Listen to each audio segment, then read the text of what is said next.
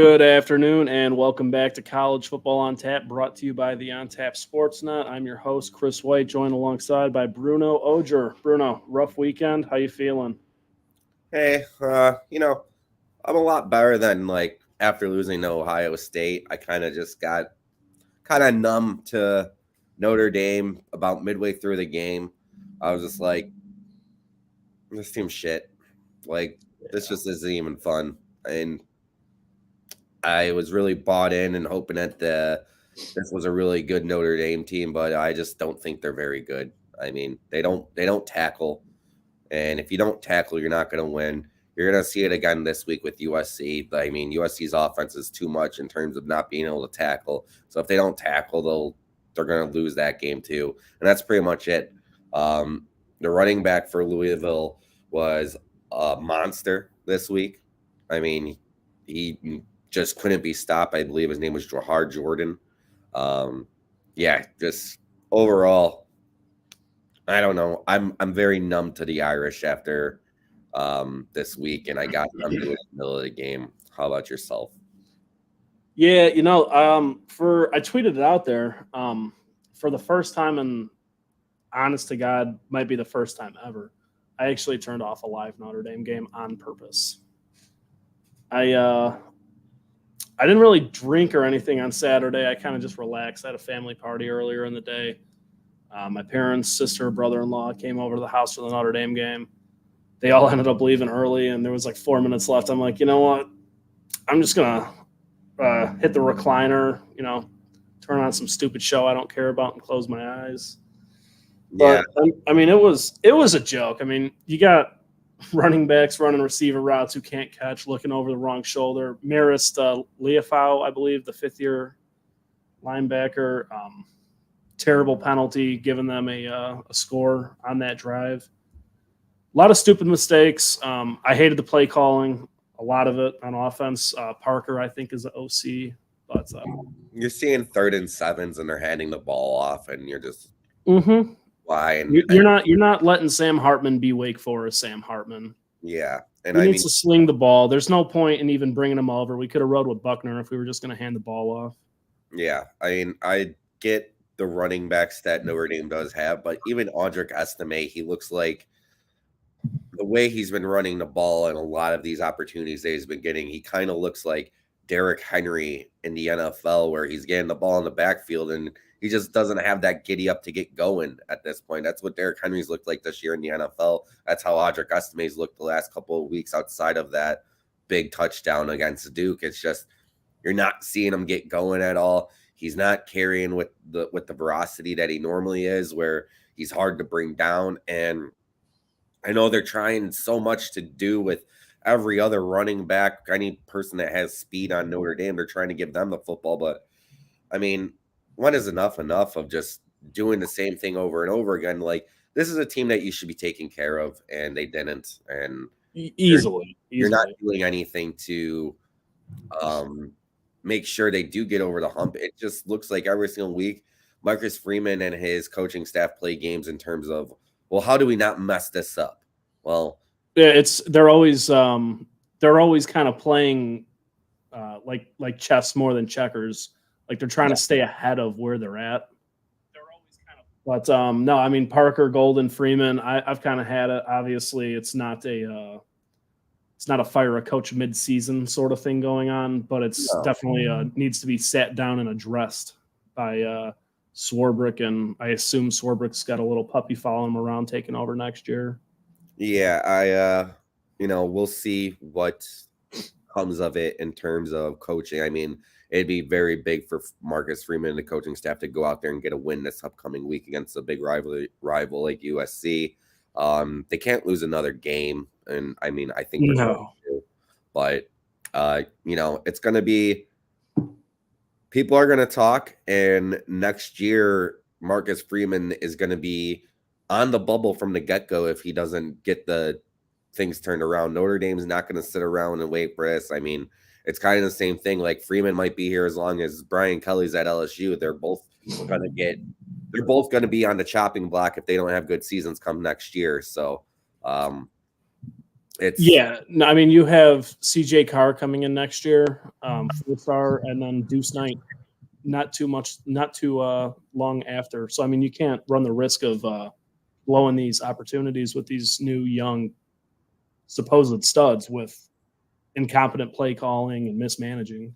Yeah, I mean, I wouldn't be surprised if Notre Dame, considering the situation they were put into with Tommy Rees leaving right before the season, basically for Alabama, becoming their offensive coordinator. I think that Notre Dame really needs to look at getting a new offensive coordinator, having a new game plan, having someone who can make play calls that are just not playing scared. And that's just kind of what I've noticed. It's they don't look like a team that's ready to go out there and win. They look like a team that wants to go out and find a way not to lose. And against some teams, you don't have to really do that at all. And they're doing it against teams that they should beat. But I guess for some reason they could beat them. I don't know. That's just how it looked to me, and it's unfortunate, but you know, uh, go back to the drawing board. And I mean, I guess for me and you now, it's kind of just watching and seeing what's going to be the best, most competitive college football playoff for us to enjoy at the end of the season. So Yeah, obviously that conversation was dim prior to Saturday, but it's definitely out the window now. There would have to be some really extravagant circumstances for a 2-loss team to get in, especially one that doesn't play a conference championship game. yeah, it's not even something to waste breath on. It's over in terms of that. Battle for a good bowl game is what they're gonna have to do now. And uh, oh well, I mean that's really just how I feel about it. It doesn't if they don't put it if they haven't been able to put it together and they come out with a performance like that, I'm not gonna sit there and get my heart all rattled up on it either. I did the same thing. I turned the game off early. I just shut the TV off. I was like, all right, I'm done. Ready to Time to decompress. yeah, ready to go in the bedroom and just go to sleep for the night. And that's how I handled it as well. Um, it's kind of like the stages of grief with Notre Dame. And first one was like a huge overreaction in terms of being upset about Ohio State. And then you We're just angry, and then it came to acceptance really early on Saturday with the Irish. I just don't think they're good at football. Yeah, that's basically it. Bottom line, I just don't think they're good at football. Yeah, I agree. But we could kind of move forward now and talk about some of the other games that happened this week. I think the biggest game on the slate was obviously the Texas versus Oklahoma Red River rivalry game, a game that, surprising enough to me, I didn't think that Oklahoma was going to be the victor here, but they were the victor and they looked like the better team pretty much the whole way. Yeah. They were ahead the whole time. Dylan Gabriel played a good game at quarterback, knew when to tuck the ball and run, get them big first downs. And Texas, Quinn Ewers was making mistakes left and right. I believe he ended up with like 3 interceptions, and you can't do that in these big games, and they'll come back to haunt you. And that's kind of what happened here is Oklahoma's no longer the team that's just there. They're a team now that you have to watch and pay attention to because it could be a year for them to go to a college football playoff after its big victory. Yeah, no, and I mean they definitely won the turnover battle, and that's all it takes. One of those drives ends up in a score, and that's your final right there. I mean, it's a 4-point loss only, one very tight 1-score game, but Quinn Ewers did make those mistakes. I think Oklahoma just came out like we were talking about, just started right away, won the turnover battle, played smart, played conservatively, didn't get too crazy, and ended up working, shut UT down. Obviously a big emotional game, giant rivalry. So yeah, it's this is always a tough one for both these schools, and the crowd was hot. They were crazy. You got Matthew McConaughey on the sideline. You got old alum. You got Baker Mayfield there. You're seeing everybody who's ever gone to these universities. They all love to come out for this game. And, I'm looking now like Quinn Ewers only had 2 interceptions. And you look at the numbers in general, 31 of 37. You're like, oh, that should be enough, but only 1 touchdown pass. I believe they struggled a lot when they got the ball on the side of the field where you're looking to score. They did have some high performances at wide receiver and whatnot. And it doesn't even look like Oklahoma really had to do too much, but they had the running game working for them. They had quite a few rushing touchdowns, and they were just all around the better team in this game. Yeah, I don't remember the running back from Texas. From Texas, I don't remember his name. Jonathan Brooks. Yeah, he's a sophomore, right? I mean, we're still remembering Texas lost 2 running backs last year in the draft. Yeah. So I mean, what Quinn Ewers has done so far is pretty incredible. But 31 for 37 sometimes just ain't good enough. I mean, 1 touchdown through the air, 2 picks. The percentages there, I don't know yard wise what he did. Had to be north of 250, I guess. It was just below 350. So. Oh yeah. See, I mean, but when you get in the red zone like that, you need to punch in 6. You can't settle for 3 too often, especially in a high emotion game like this. And it showed right there on the scoreboard. Yeah, I mean, that's pretty much. I mean, I watched this whole game, and it did it had that feeling. It hit the over. This was a game that I did put the over on. I don't think I mentioned it. I meant to mention it last week that I was going to bet the over on this game, and we did. And that hit. And it's honestly it seems like that's the kind of football that these two teams always play. They play close, but they score a lot. But even the defenses were not bad in this one, even despite the score. Everybody was making plays. Everybody was physical. It's just came down to coaching and good play calling, and it just Oklahoma's prepared, and this new regime in Oklahoma has really got this team turned around. And I don't know if they have the toughest of the Big 12 the rest of the year, but it's kind of clear cut right now that they're the number 1 team. I don't think that there's anyone else. I don't even know how many ranked teams there are in the Big 12 this year. It kind of seems like it's a down year because the Texas Techs and there's everybody don't seem to be putting together a lot of big wins right now. So it could be a very easy ride for Oklahoma. I don't know if Oklahoma and Texas might meet each other again, which, that can be a lot of fun if they do end up seeing each other again.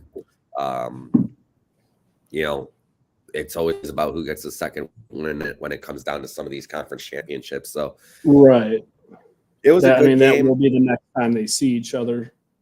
Mm-hmm. It was a good game. I mean, you can't say that Texas played terrible, but they just were not enough. Dylan Gabriel was very solid throughout the whole game and just made all the right moves with the football. Yeah, I know. You had mentioned that Oklahoma's first win versus a top 5 opponent since 2017. Yeah, so that's kind of something you would be a little surprised by, considering how often Oklahoma seems to be playing top-tier schools. But yeah, Texas was ranked number 3 coming into it, and Oklahoma taking care of them as the number 12 team in the nation at this point. Yeah, they handled them well. I mean, not much else to it. They dominated the game. Well, they didn't dominate, but they had to lead the whole way. It didn't look like Texas was ever going to have the opportunity to take the game over. So, big win for them overall, obviously. And it is surprising to just see Oklahoma not have had that big time win in almost 6 seasons. So, yeah, but from there we'll go from the Big 12 to the Big 10. Maryland at OSU. I mean, that game could not have started out more perfectly for Maryland. They had the block punt, which I think the announcers were trying to sell that it was a snap mistake. I think they scored on their first drive, and they were really in it until halfway through the third or so, I'd say. Yeah, it ended up getting out. That was a heartbreaker. It ended up getting out. That right there shows you the talent difference between the two. They just kind of stopped, and Ohio State kept their foot on the pedal. Ohio State's wide receiver Marvin Harrison Jr. We all have heard enough about him. Yeah, and he kind of just took over the game there in the second half. Couldn't stop him. I know he had 8 catches for 163. He had a really nasty touchdown that run that normally would have been tackled where he was, but he ended up breaking away and getting in the end zone. And they just kind of ran away with it. Ohio State played without their star running back, Trayvon Henderson. Big reason why they beat Notre Dame was because of Henderson, as Kyle McCord couldn't throw a touchdown passing against the Irish. And in this game, Kyle McCord probably played his best game as a quarterback for Ohio State, as they did pull away. It looked the like offense did look very good. I mean, all cylinders were firing towards the end of that game. McCord looked solid. I don't know the second receiver. I don't know his name over at Ohio State. I know he's on a lot of talks, though, for another top 10 receiver in the league. Agbuka. Yeah.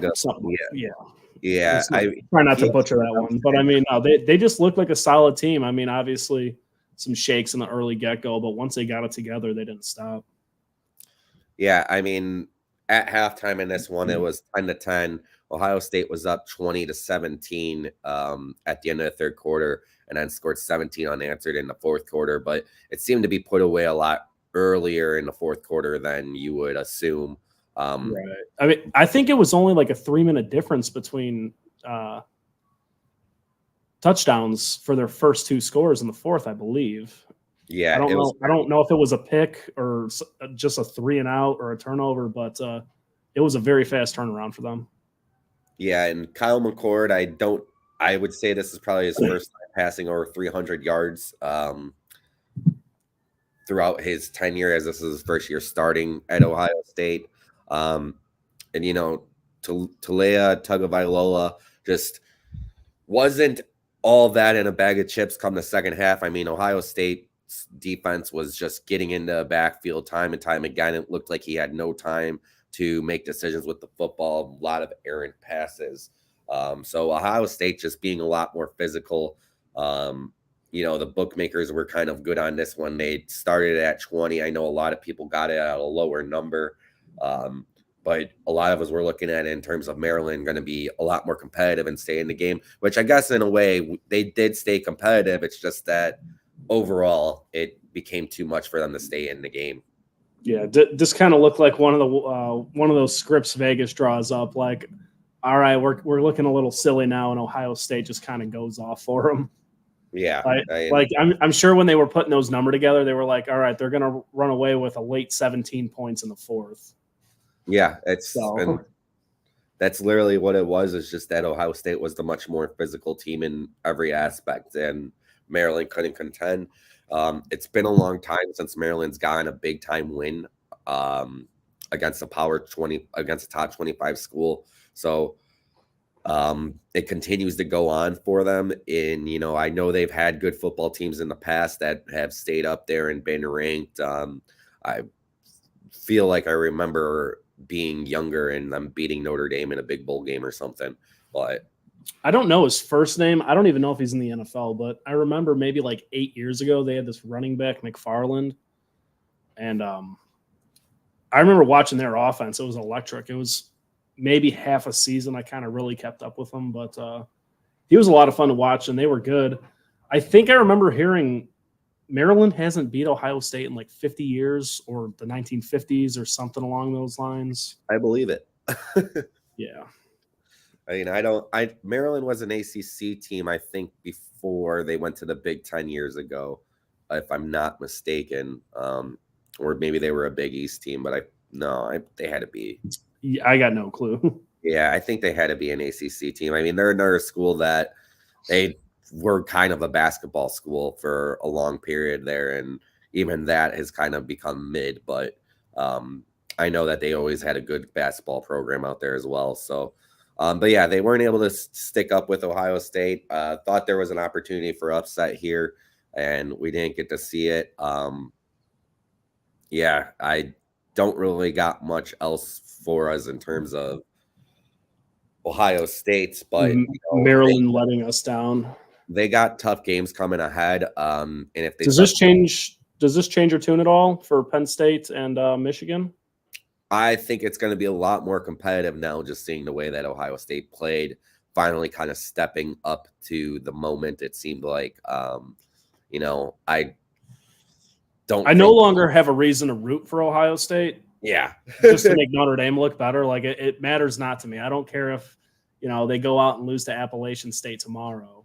But I do really I would really enjoy seeing them, maybe not beating, but staying competitive with both Penn State and Michigan. We don't want to see a blowout game against. Are they top 7 teams? The 3 of them. Top 6 between the 3 of them. Yeah, I mean 3 and 6. So Penn State's getting a lot more love every single week, every single time that they play. So I actually don't recall them playing this past weekend at all, but I know that matchup's right around the corner. So I believe Ohio State plays Penn State. I'm not sure where, and then I don't remember who they play. And then it's in 2 weeks where Penn State next week they play Michigan. So they get a little break between the two. Ohio State always plays Michigan in the last game of the season. So, but yeah, they play Penn State in 2 weeks. So, is it 2 weeks? Yeah, it's in week 8, and they play Purdue next week. So, what should be a pretty easy game, as Purdue is just god awful. I'm looking at the minus 19.5 for Ohio State already because Purdue is just unbelievable trash. They lost to Iowa this week. Iowa put up 20. They didn't even have Cade McNamara. How do you let Iowa put up 20? Jeez, terrible. That's one of the worst things I've ever heard. Kirk Ferenz is listing, man. But yeah, it's Purdue's a really awful team. So kind of a warm up for Ohio State. Maybe they walk in there not taking the game too seriously, and Purdue sticks around for a minute. But I would say it's only going to be a minute. Iowa State maybe go out there, a miracle first drive, and they end up losing like 49-7 instead of 49-0. Yeah, but, Ohio State should run away with this one. So yeah, but that'll give us some time to warm up because that Ohio State Penn State matchup is going to be a game that we're going to want to watch in 2 weeks, and I mean, that's pretty much what's going to be the rest of the season for us is going to be getting these highlight games. I don't think I'm going to sit in my garage every single Saturday and do nothing but watch college football now that Notre Dame season's over. I'm going to maybe go spend 3 hours doing something else on my Saturday.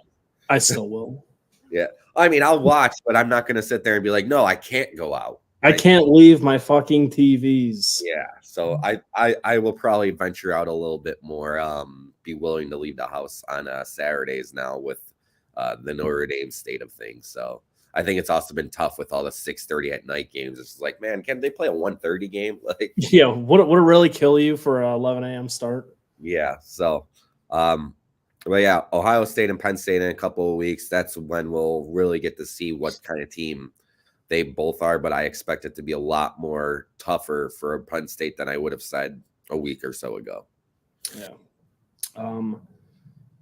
Could venture out west really quick. What? I'm not sure if the question should be phrased, what the hell is Arizona doing, or what the hell have USC and Washington been doing? Because I can't tell if they're playing down or if Arizona's semi-legit. Yeah, a lot of people who analyze these teams had Arizona as one of the worst teams in college football to begin the year. Now they're a 3-3 team that almost beat USC and contended with Washington. We knew USC's defense; they're awful. I mean, even Notre Dame, being as inept as they seem, should be putting up points next week against USC. What they do defensively is another story, but USC's defense has to be one of the worst in terms of a top 10 team that's ever been out there. It's crazy how many points are being given up by them on a weekly basis, and how these teams that seem to have no business being in games against them are making every game be competitive. So, USC's really, they got the talent there with Caleb Williams. Even Caleb Williams didn't pass the ball that well last week, but he did have 3 carries for a touchdown. I don't even think he rushed over 50. Yeah, he was using his legs in the red zone. He was kind of staying near pocket for most of the field, though. I don't necessarily think he's the whole problem. I mean, we've seen what he can do with his legs and his arm. Obviously, the defense is a giant worry, but I haven't watched a crazy amount of USC this year. It doesn't look like there's a lot of separation in the slot. I mean, anywhere receiver wise. I mean, I can't really proclaim to anything about their offense as they do put up 40 plus every week. So how they score doesn't really matter as long as they do score. I guess that's a moral of the story. It doesn't matter. It's getting done one way or another. Yeah. It's just honestly, it's coming down to the defense. I don't think that they're going to be able to beat teams that actually have a decent defense. And I'm not saying going into next week against Notre Dame that Notre Dame's going to beat them since Notre Dame can't tackle anything. No, but I'll look forward to like an Oregon USC game rather than Notre Dame USC. Yeah. Hey, Hughes, what's going on, buddy? Sweet. Pat's listening. But yeah, we got to really like kind of look at USC in terms of the whole, and it just doesn't seem like they're a complete team, and it's going to come back to get them when it comes to this Pac-12. Next week, there is Washington versus Oregon. That kind of might show you who's going to be the team, because I think there's going to be a team from the Pac-12 that's in the college football playoff. It might be that game that kind of gives us an idea of who. We've been very high up on Washington, but I'm not high on USC yet. I know they got the talent there, but I'm liking what Bo Nix is doing in Oregon. Yeah, I don't get me wrong. I think Washington's a great squad, but that Oregon team has just really looked lights out. They're playing very well. I always expect to see Oregon have a letdown, though. It seems like they do all of the time. It's just like, okay, Oregon's great. They're awesome, and then all of a sudden you kind of just know it's coming. Yeah, year in and year out. This week, that will probably be the most exciting game to watch coming up this week, which we'll talk more about that on Friday. But watching Oregon for sure. It's going to be interesting to see those two teams play each other and how the Pac-12 shapes up. But we've been saying it here probably for the last 3-4 weeks, as each week USC gives us a little bit more reason to be like, not that great. We do have a really cool opportunity to see 4 different conferences all playing in the college football playoff. Yeah. Georgia, obviously, if they hang on, Michigan, Ohio State, or Penn State. If Florida State could hang on, the ACC, Oklahoma, Big 12, Oregon, Washington in the Pac-12, possibly USC. Personally, I don't want to see them give up 70 to Georgia in the final. So if I was on the committee, I probably wouldn't let them in, but I'd be interested to see the top 5 schools, the number 1 school from each of the Power 5 conferences, all be undefeated, and just go ahead, college football playoff committee, make your decision. Who do cutting you fucking heads off? Yeah, I mean, I think that the debate would probably, where would you even go with it at that point in terms of do it like a intramural, like Park District League, like, all right, points for and points against. Yeah, I mean, the ACC would probably be the odd team out. I would think Florida State would be, just because of the strength of schedule, possibly. But yeah, I mean, if LSU was undefeated, maybe a little different story. Oklahoma, they kind of left that mad gray area. Yeah, I feel like it's still Oklahoma. I feel like the college football playoff does hate the Pac-12 too. Just, I don't know what it is. They just kind of don't. Maybe it's because those games start so late for most of us who are on more towards the East Coast. Because I mean, honestly, it's like I had the USC game on for a moment there, and I was like, "Oh, Arizona's competitive," and then I turned it off because I was going to bed. Yeah, 3 overtimes. It's like a fucking Blackhawks Stanley Cup run. Like, all right, 3rd overtime. It's 2 a.m. against the Sharks. Ready to go to sleep now. Yeah, definitely. So, 2 teams who will not be touching the college football playoff: Georgia Tech and Miami. How do you not kneel the ball? That's you kneel the ball in Pee Wee football. Yeah, Miami, for those of you who may have not seen, this was probably the craziest finish of the college football weekend. Miami was a ranked team. I think they still are ranked coming into this week, actually. I think they're number 25 now. But Miami was undefeated, ranked They against dropped 8 points down to 25. So they're undefeated coming in to play a Georgia Tech team that just isn't really that good. I mean, they're not terrible this year, but they're not a big time school. They're not a Calvin Johnson team. Yeah, this should have been a Miami victory, and Miami didn't want the victory. With 12 seconds left in the game, I believe it was, Miami had the opportunity to kneel the ball and go home, and they decided to run a play that they ended up fumbling on and ended up leading, I believe, 3 plays later. Georgia Tech had 3 plays, and they got into the end zone. Yeah, I mean, I get it. I don't get it, but I understand where he's coming from. Stat padding wise, if you could break away with those 12 seconds, get another 6 on the board against them, it'll help you in the long run on the AP polls. That shit's just crazy to me, though. Yeah. Fumble. I think I saw the video of like 2 seconds left in the game. It's just the clock winding down. And the dude's like 5 yards from the end zone, just pans to the coaches like, what the fuck did we just watch? I don't think that it affects you at the end of the season, really, if you end up pulling together and beating those teams, because then the ACC starts looking good. I think next week they play Miami plays North Carolina, who might now be in the top 10.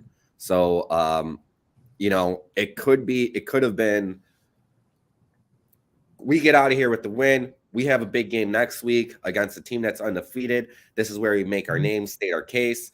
I mean, they come out and win next week as an undefeated team. You're talking about them being in the top 10. Now you're talking about, well, no one's going to give you guys a shot at the college football playoff with one loss in the way that you lost it. So, yeah, the Tar Heels are 12 now. They moved up a couple after dismantling your boys over in Syracuse, New York. Yeah. Well, I expected that. So, yeah, okay. No covers this week. Yeah.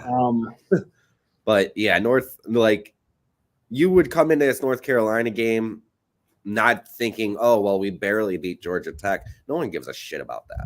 No one does. No one's gonna remember like, they only beat them by 10. That don't seem right. Yeah. So honestly, just inexcusable coaching, inexcusable decision making, and sometimes when you tempt fate, fate ends up biting you in the ass, and that's what happened here because they tempted something that they didn't need to, and they were out there literally playing Madden. Yeah, and they're just trying to like shit on someone on Xbox Live. Like, I ain't taking a knee. I need to make sure that I get the MVP at the end of the freaking year in Madden. All right, so, I mean, but while we're talking about the chaos that you were so high up on Friday, Washington State goes down against UCLA. Yeah, so another ranked opponent going down. The Cougs had a big win a couple weeks ago against Oregon State. We're trying to see who was the best out of those teams in a very stacked Pac-12 with all this great quarterback play. And then Brian Kelly ended up coming out and taking care of business, or not Brian Kelly, Chip Kelly. UCLA and Chip Kelly took care of business, found a way to win. UCLA is always teetering for years and years now. They're a 9-3, 10-2 team. Nobody ever talks about them. They lose a big game. They go win a big game. And here we are again. I'm pulling off a big win for them and gearing up for more in the rest of the season. I know that they always get USC at the end of the year as their last game before the conference winds up. So honestly, not a game I paid much attention to, but UCLA wasn't ranked coming into this one, I believe. They might be in the top 25 now. I know I haven't ran through the top 25 completely yet. Yeah, so Washington State, now 4-1 along with UCLA, dropped 6 points all the way down to 19, and UCLA is sitting comfortably at 18. Wow. So UCLA, saying that so they moved up at least 8 spots because they weren't even ranked, and now they get this win and they shoot right up. Yeah, I didn't watch the game like you. I didn't pay too much attention to it. I'd flipped a few times. I mentioned I was at that family party and I was kind of flipping through Hulu on my phone. But I just couldn't believe it. I know we've been really high up on their quarterback, Cam Ward, right? Yeah. Using his legs, using his arm. I did not see this one coming. I did not put money on this one. So that wasn't too much of a letdown. I just really couldn't believe it when I got the breaking news alert on Bleacher Report. Yeah, it's kind of why we're big college football fans, is to get the wins like these, see the upsets come in, even in games that you're not expecting it. But I mean, this is reality TV, and we want to see the best TV possible, and it makes it fun. It makes it fun for everyone. I mean, if you're trying to introduce college football to a friend of yours who doesn't know what the hell he's watching, you don't want to show him a 73-0 blowout. You show him something like that, be like, hey, that guy was good and that guy wasn't. Look at him now. Yeah. And I mean, UCLA kind of beat them handily in this one as well, an 8-point victory. So yeah.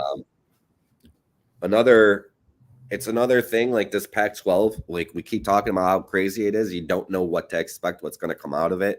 I don't know when things are really going to start shaping up this season in terms of clear-cut teams that are number ones and whatnot. I don't think Georgia loses a game this year after the way they handled Kentucky. I thought that might have been the toughest game left on their schedule based off the eye test. And Tennessee maybe, but they're all over the place in the high teens, low 20s. Yeah, so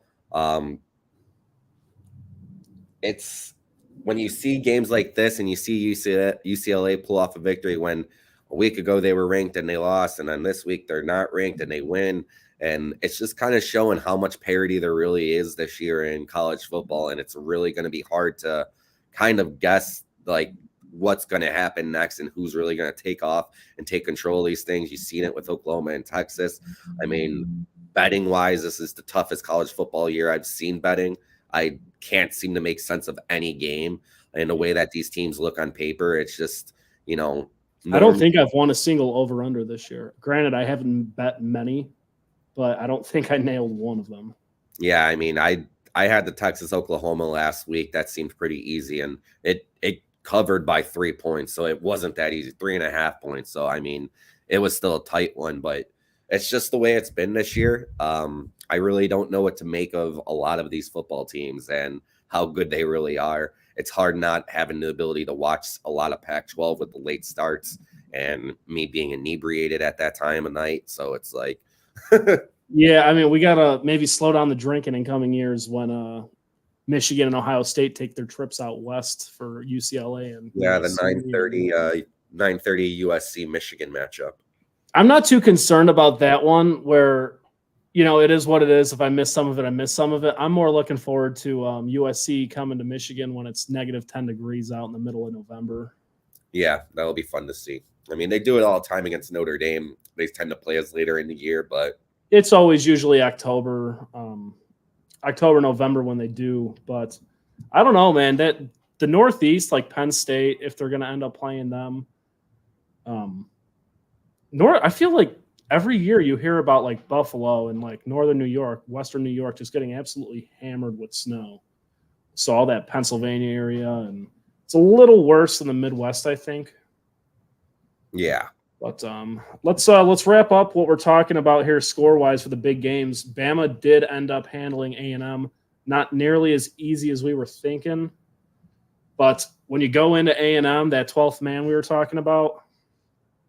Yeah, they definitely bring the pressure in terms of a crowd to play in front of. It was all that they talked about in terms of. It's not even talking about like, oh, Texas A&M has a good team. They're going to have ability to beat Alabama. It's like, no, the 12th man's there. The crowd's loud. It's a goddamn atmosphere. It's not the players on the field. Yeah, that's all that seems to matter.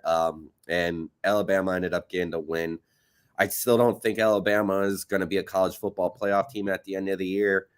It's possible, but I just don't see them being as good as Georgia.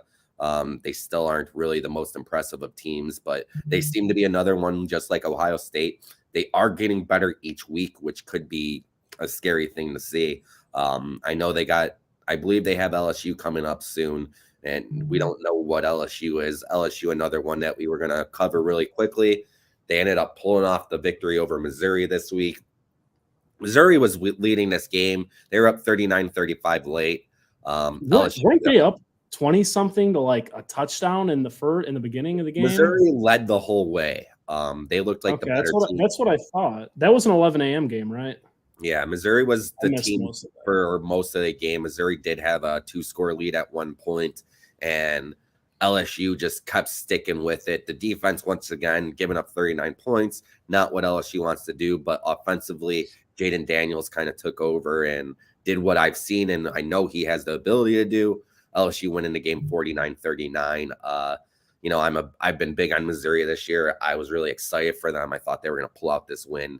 And then late in the game, it just was LSU who ended up taking it down. So tough loss for Missouri. Was really hoping they'd be undefeated just to be that Cinderella story inside the SEC this year. And now the Cinderella story is kind of dead in terms of that. And it'll just be back down to, will Georgia ever lose? Will Alabama lose again? What goes the same old song and dance. Yeah. I think that covers it in terms of the games this week. We did have a little question in the chat from David Kriska asking us about the Northwestern Wildcats and what we think in terms of, will they have the ability of going to the college, making a college bowl game after everything that happened this offseason with Pat Fitzgerald getting fired and the scandal, and having to completely go with have a new coaching system and everything 2-3 weeks before the season started, having to make these adjustments. The Wildcats are now 3-3. In order to make a bowl game, you got to win 6 games, go 6-6. Northwestern beat Howard this week, 23-20. I know Northwestern was up pretty big early, but Howard kept on coming back. Northwestern contended with Penn State earlier in the year, but Penn State really kept it, really dominated the second half of that game. It was like 23-20. It was really tight up until halftime. Yeah, I obviously ran away with it. Yeah, I thought it was 13-13 at halftime or something like that. And then Northwestern didn't score the rest of the way. Northwestern got blown out by Duke. They got blown out by Rutgers, but they handled Texas El Paso and they handled Minnesota in overtime. What's coming forward for Northwestern is a bunch of Big Ten matchups, but lucky for them, they are on the easier side of the conference. So they got Nebraska coming up on the 21st, so 2 weeks from now. That's a game that they have to win if they were. It's a winnable game. Yeah, that's a game they'd have to win. They got Iowa, which is another winnable game, and then Purdue, who's another winnable game, and Illinois, who's another winnable game. So it's very possible. I don't see them beating Wisconsin. I don't see them beating Maryland, but they need to win their winnable games. If they lose a single one of those, they're probably looking bleak. But I'm not sure if the NCAA is still investigating that issue. As of right now, they are bowl eligible. Nothing has been stripped of them yet. Yeah, I don't see anything being stripped of them in terms of this, just because it really seems like this has been more deemed a problem with the coaching and instead of the players who actually. The university handled it promptly and yeah, they did what needed to be done to where if the NCAA does step in, nothing like that should be affected. But it's the NCAA, so never say never. Yeah, and David's saying that the game against Iowa is at Wrigley Field, so Wrigley Field's going to get to see a baseball score just like it normally would, because it's Iowa and Northwestern. Neither team going to put up numbers. So Wildcats 8, Iowa 7. Is that what we're going to go with for that game? What did we see yesterday with the Bills and Jags? Was it like 8-11 at one point? Yeah, and then that's an Iowa score if I ever seen one. Yeah, all of a sudden they started scoring in that game too. I know there was a afternoon game too that was like 10-8 at one point, and it's just like, what is going on here? I just remember watching Red Zone and like flipping through shit, and I was like, Jesus Christ! Like if I had squares for any of these numbers, like you pull out a 5-5, you're like, oh fuck, this is trash. And it's like, oh hey, shit, it's happening. Yeah, I mean that's kind of what it looked like a lot in the NFL this week, and yeah, I'd expect the same for that Northwestern Iowa game in a few weeks. As for those of you who might be joining us for the first time, we slander Iowa a lot here. It's kind of become our gag and it's funny for us, and it makes who we actually like for college football, makes it a lot more fun for us to enjoy it all. Yeah, their coach Kirk Ferentz personally called us out, saying crawl out of our asses after they put up 41 and Yeah, promptly lost by 41, I think, the following week. We know that in week 2, week 3 of the season, when we were on our 3rd or 4th episode, we already had such a huge outreach that Ferentz was just like, "Oh my God, we're in college football on tap, guys." We're in his head. We're in his head. Cade McNamara is not hurt. He couldn't handle the pressure. But yeah, it's possible for Northwestern to pull that off, David. They got 4 winnable games. I see. They got to take 3 of them. So I hope they do it. Northwestern's always been my 2nd or 3rd team, behind Notre Dame and Northern Illinois. So I on the other hand, could never stand Northwestern, but a Pat Fitzgerald-less Northwestern, I'm on board with. I'd like to see him in a bowl game. Yeah, so we'll kind of pay attention to that one. Thanks for the question. Then basically, no, Pat, you should go to the game at Wrigley. So we'll run down the top 25 really quick, and then we'll get out of here before we come back to you Friday after a long work week, and the vibes start feeling a little good and whatnot. So the top 25, we're looking at a lot of the same at the top. We got Georgia number 1 still, Michigan number 2, Ohio State moving up a spot because of the Texas loss, Florida State moving into the top 4 because of the Texas loss. So right now, 2 Big Ten teams at 2 and 3. I'd expect this to kind of be a thing that you see with the Big Ten for a little bit here. When Penn State and Ohio State play, whoever wins that game, I would expect them to be in the top 4. Oklahoma moving up 7 points is obviously the biggest one. They were getting out of that 12 to 19 gray area we like talking about. Yeah, so they were number 12. They beat Texas, took care of Texas in the Red River rivalry game, and deservedly move up to number 5. Now they just got to hope that they don't have a downer of a game and go back down. Yeah. Penn State, Washington, Oregon all staying put at 6, 7, and 8. Texas drops 6. Yeah. And it's good that Texas is still in the top 10, I think. I think they still are deserving of it. They're a good ball team. I don't think they deserve shit. I mean, honestly, if there weren't so many undefeated teams left, I don't think they would have dropped all the way to 9. But that's just kind of how the cookie crumbles right now. What I'm excited about is USC dropping 1 week after week. They are all the way to 10. The defense that we keep talking about in USC is costing them positions in the AP polls, probably the college football polls playoff polls once they come out. But we'll see. I mean, I'm not going to take it away that they could lose this week at South Bend. It's a very big possibility still. So, and what they have coming forward, it's not going to be easy either. So if USC goes and beats Notre Dame, I don't expect to see them continue to drop. Notre Dame did stay ranked at like number 23 or something. Yeah, they don't deserve to be, but it's not going to be an easy one for USC just because they can't play defense very well, and that's what keeps on dropping down. USC's got a hell of a schedule left, and sure, they beat Notre Dame. Sure, they'll beat UCLA at the end of the year. But there's a few games in between the next and the last that are definitely going to be a test for them. Yep. So, something to keep an eye on. I mean, if they start beating big schools, this dropping will stop despite the defense, unless the defense completely figures it out for them as well. I mean, even if and probably when they beat Notre Dame on Saturday, I don't think they move from 10 unless someone 9 through 1 gets a loss. Well, Oregon and Washington are playing each other. Someone has to get a loss at least. Yeah, definitely. Number 11, Alabama, not moving at all. They'll kind of hover around there for a little bit until they get that big game. Big game on their schedule, and some other teams start to lose a little bit more. So they're one game away from being in the top 10 and being where we normally see them. North Carolina continuing to get better and better each week. I think they are definitely a team to watch in terms of winning the ACC this year. They got Miami this coming week. Miami coming off of that loss that we spoke about to Georgia Tech, the way they blew it. Miami's going to be pissed out there. So hopefully, for Miami's sake, a little bit better coaching. It could end up being a real barn burner of a game, but we'll see if North Carolina blows them out of the water. Ooh, you're going to start talking about North Carolina a lot more. I mean, it might just be because Notre Dame almost got rolled by him, but I'm still liking Duke a lot, and they are on the same side of the ACC, aren't they?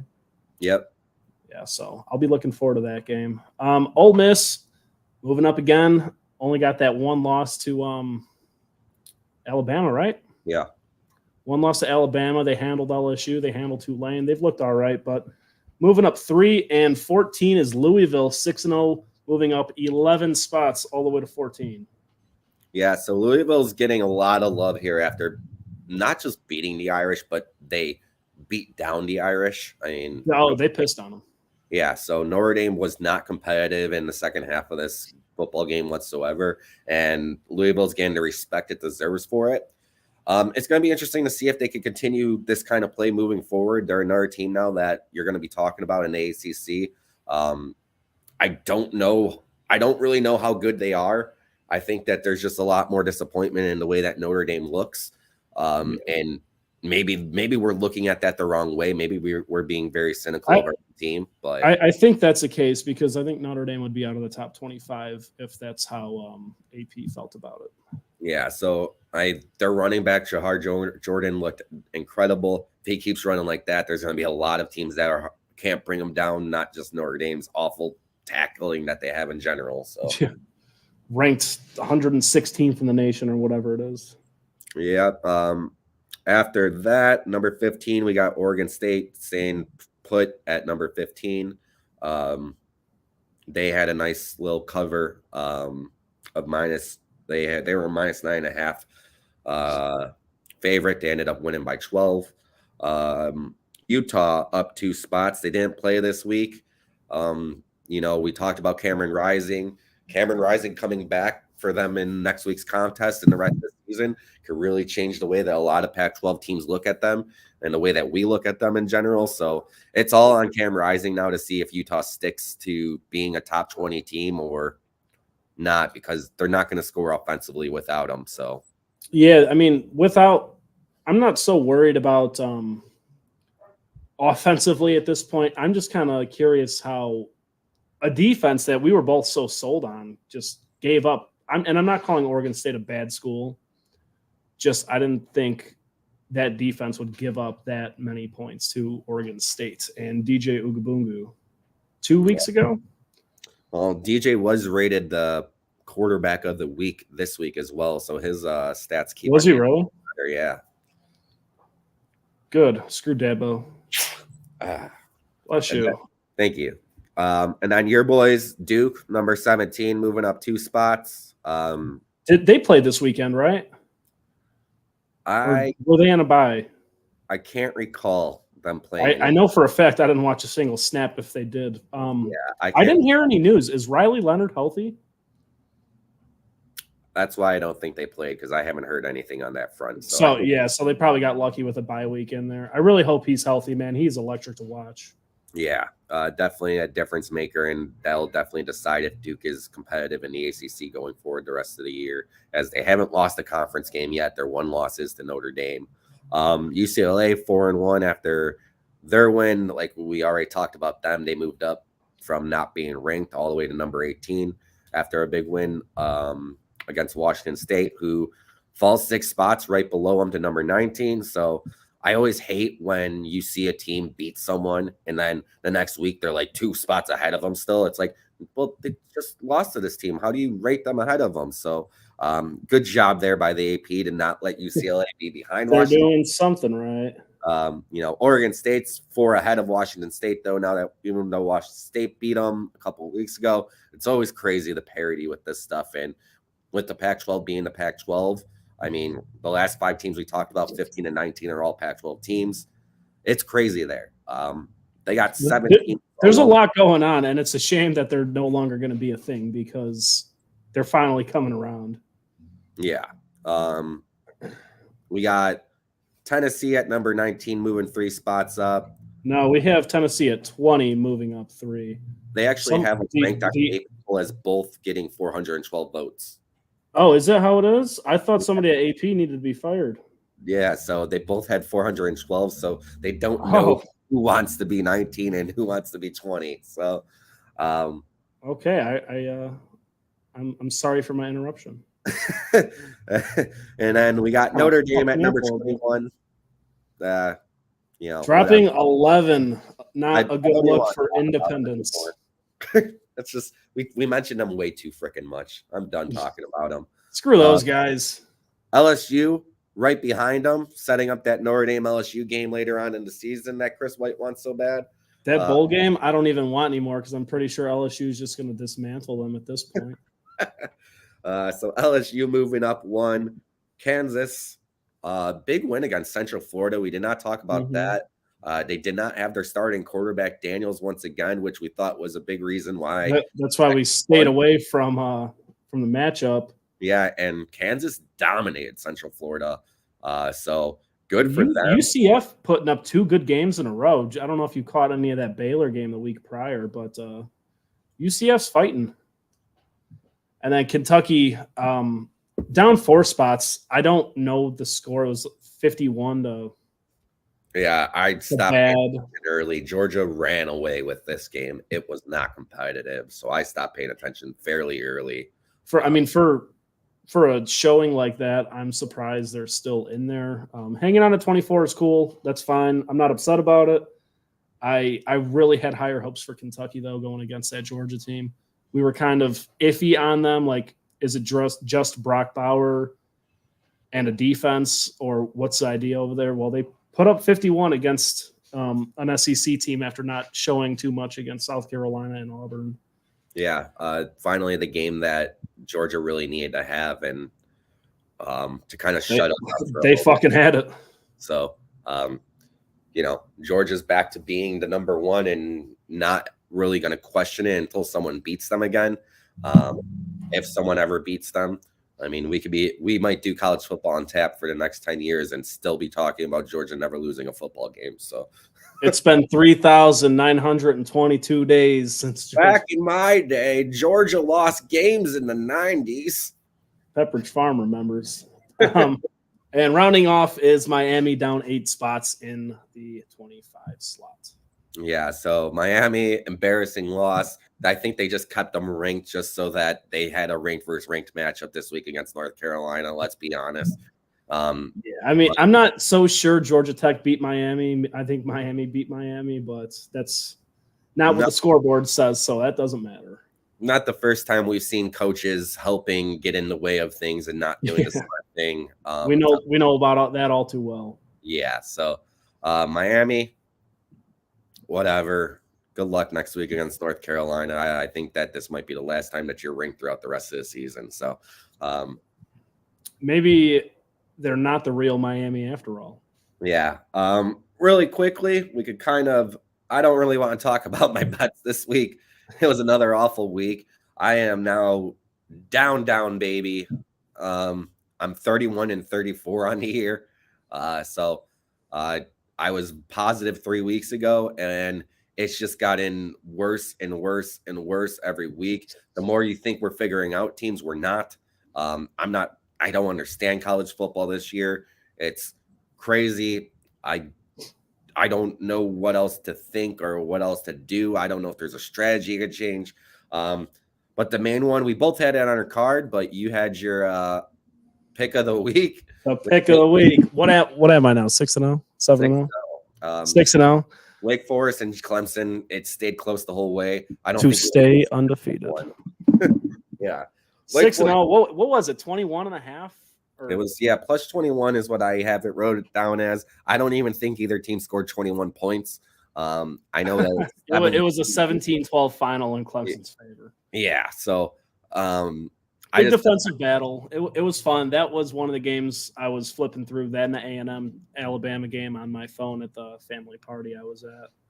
Yeah. But good for Wake Forest, I guess. Scared money don't make money, baby. Yeah. So good job there again, Chris. I don't know. I'm going to try and regroup this week and really think about the bets and whatnot, and maybe take some extra time on my lunch breaks and maybe figure it out from there, because it's been rough. I definitely want to try and get three back this week, if possible, but I'm not going to force the issue. Maybe even just bet the Georgia money line, put down 50 on it, and maybe make like 51-15 or something like that. Yeah, that's what I'll do. Georgia money line the rest of the season. That's the only write it down, people. It's a lock. Only bet I'm making. So, but yeah, don't want to go too far into it. It was a chaotic week, and we'll see what ends up coming next week. If we get more chaos, hopefully we do. Give us some more content to keep talking about, and then hopefully we don't have to keep on mentioning Notre Dame too much. Yeah, fuck those guys. Pat, thank you for all your love out there. David Kriska, great question. Guys, we do pay attention to comments. Comments, feel free. We'll address them. We'll talk about them. Statements, comments, questions, whatever you got. Bruno, you got anything else for us?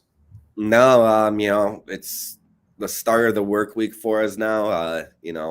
Hopefully it's another quick one and we could get back to doing what we love, and that's being degenerates, drinking, watching college football next weekend. So yes, sir. All right, y'all. Have a great Monday afternoon.